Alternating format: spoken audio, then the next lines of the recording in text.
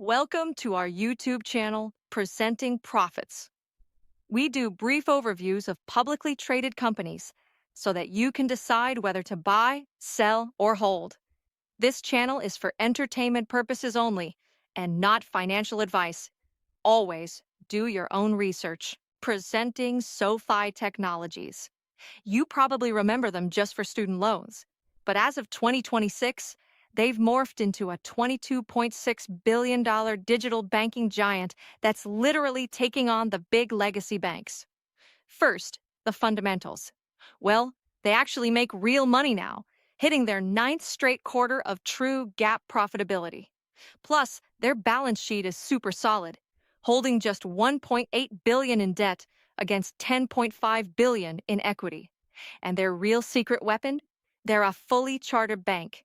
This is a huge moat because it lets them use their own customer deposits instead of borrowing expensive money from Wall Street to fund loans.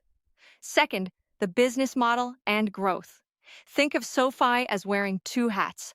On the front end, it's a one-stop app for loans, checking, and crypto, going head-to-head with heavyweights like JP Morgan and Robinhood.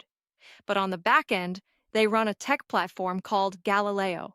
It's basically the invisible plumbing powering other fintech companies.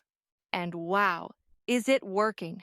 They boosted their member base by an incredible 35% last year alone. Finally, the analysis. The bull case here is that SoFi basically becomes the AWS of fintech, the infrastructure everybody else absolutely relies on. But right, there's always a bear case. Skeptics warn the stock is super expensive right now. So if the economy slows down and loan credit risks spike, there's honestly zero room for error. To sum it up, SoFi has totally graduated from a meme stock into a legitimate financial powerhouse. But that premium price tag means they've got to execute flawlessly to justify the hype.